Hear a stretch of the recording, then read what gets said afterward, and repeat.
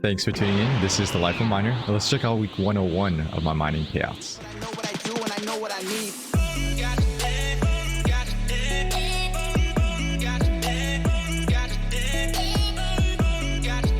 So at the beginning of these payout videos, let's go over the date and time when I took these payouts. I took these payouts on March 21st of 2020, about 5:30 p.m. US Eastern Time. And as of today, the price of Ethereum is $1,812.79. And the price of Monero is $236.41. So like previous weeks, I've been mining Ethereum, and I do average around 2.8 gigahashes mining Ethereum. Now, I did have someone mining to my address. It's your boy Rocks, and I appreciate it. And I had some other people mining as well, and I appreciate it. And I've been also mining Monero, and I do average around 14 kilohashes mining Monero. Okay, so now pulling up my Excel and checking out what I mine. I did mine around 0.99 Ethereum, equaling around $1,786.67, and about 0.04 Monero, equaling around $9.53. So if I did sell everything as of today, I would have made $1,796.20. Okay, so now checking my GPU count. I do have a total of 75 GPUs and 1 CPU. My GPUs are mining Ethereum, and my CPU is mining Monero, and I do have 2 mining farms. Okay, so for this week's fun clip, I do have 2 bullish news clips on Bitcoin. So let's check this out. The only real reason to own Bitcoin is speculation, chasing higher prices. It's higher today, trading above $58,000. Francisco Blanch is here. He's the head of B of A's Global Commodity and Derivatives Research. Joins us now.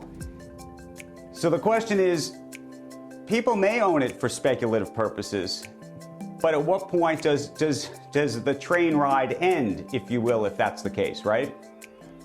Right. Well, look, I think at the end of the day, Andrew, this is about supply and demand. We know the supply of Bitcoin is capped at 21 million coins. The supply growth rate of Bitcoin is halving every 4 years. So there's less and less Bitcoin coming in. So ultimately, it's exactly what you said, is when does the demand for the cryptocurrency stop growing?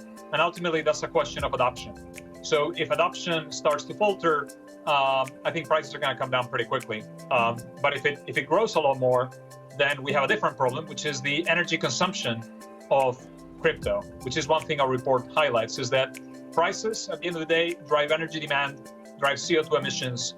And the question is, do we really need to have such a polluting instrument at the time when we're trying to essentially go to net zero emissions in 30 years here? Okay, but I think the question that we should be asking here is, let's say it's a speculative instrument. And by the way, I think it's almost impossible to say right now that it isn't. But if you believe that it is some form of digital gold, it sounds to me like your view is that the current folks who have money in Bitcoin won't actually hold it when it gets to some kind of steady state that feels a little bit more like gold, because you'll think to yourself, I don't have a 10x opportunity going on in the future, therefore then I sell, therefore it pushes the stock down. I'm asking you, at what price does that happen? Right.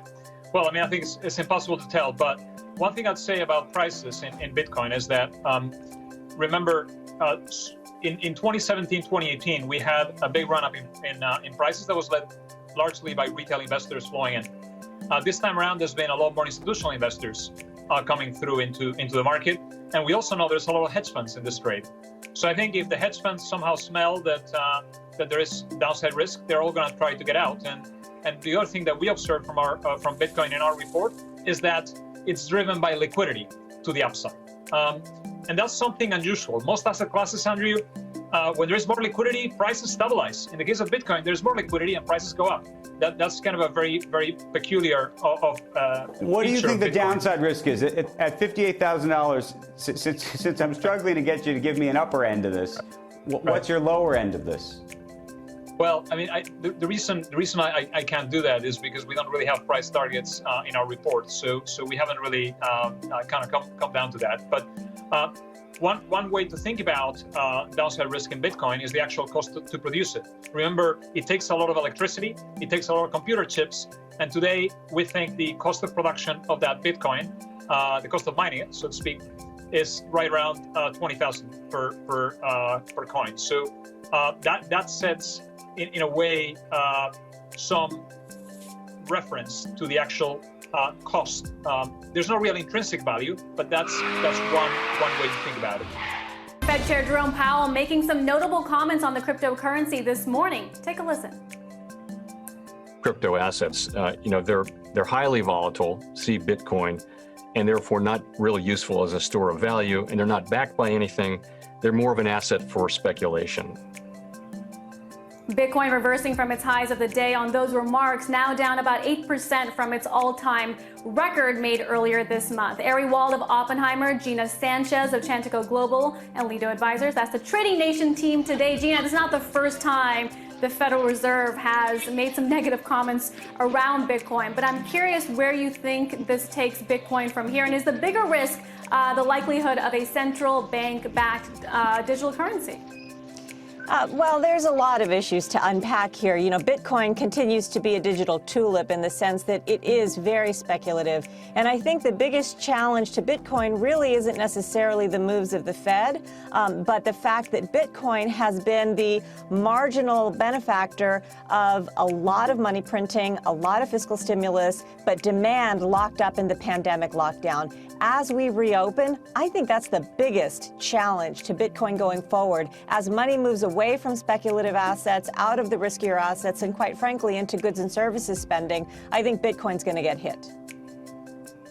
Ari, from a technical perspective, you've been watching the 50-day moving average. What are some of the key levels to watch? Well, listen, I mean, we'll find out through time about the long-term viability of this asset, but there is some truth to what Jay Powell says. This is a highly volatile security. I lead in every conversation about Bitcoin is that here's something that can drop 20% like that and still uphold all of its trend lines and support levels and really and leave the trend undisturbed. Take, for instance, just the action last February made a high of about 58,000. Next day was down to 44,000. Really been volatile and consolidating since then. If you're following the trend, the assumption is that you break to the upside and make that higher high, but you need to be able to stomach that volatility. It's there to stay. With the upside reward comes a lot of volatile day-to-day and even week-to-week action.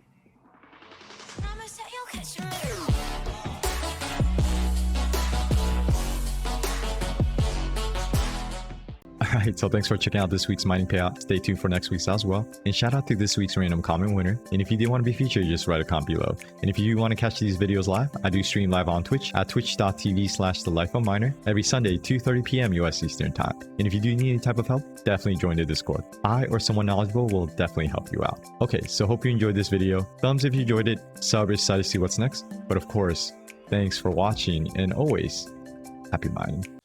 Thanks for watching The Life of a Miner. This is Gohan from Dragon Ball Z. You don't want me to get angry and turn Super Saiyan, so make sure you subscribe to The Life of a Miner. I'm also the narrator. Next time on The Life of a Miner.